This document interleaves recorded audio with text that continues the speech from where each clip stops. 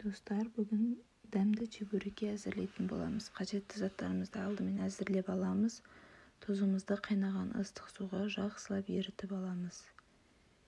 Еріген суымызды ұнымызға аздап құямыз. Сұйық майымызды құямыз. Араластырғыштың көмегімен ұнымызды жақсылап араластырамыз. Суымызды аз-аздап құйып, араластырғышпен араластырып, қамырымызды жақсылап елейміз. Елеген қамырымызды 30 минутқа тындырып қоямыз. Енді салмасын әзірлейміз. Салмасына пиязды блендердің көмегімен майдалап аламыз.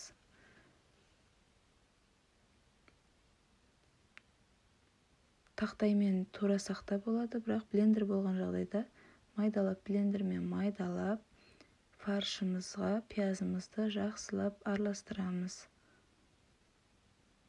Бір келкі етіп фаршымызды араластырып, дәміне қарай бұрышымызды саламыз.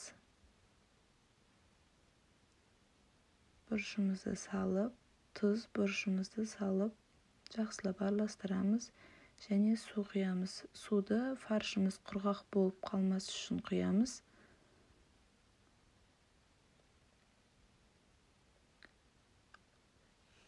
Иі қанған қамырымызды бөліктерге бөліп аламыз. Мен 50 граммнан, әрқайсысын 50 граммнан бөлдім. Бөлген қамырларымызды домалақ етіп дайындап аламыз.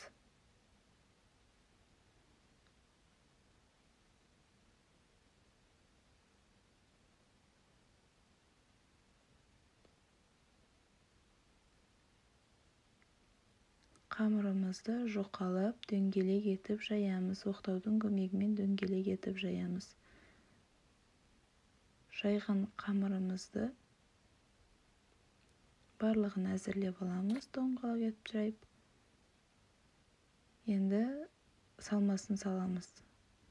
Фаршымызды жұқа етіп саламыз. Чебурекиімізді түйеміз. Жақсылап бекітіп, бір келкі етіп кесіп аламыз.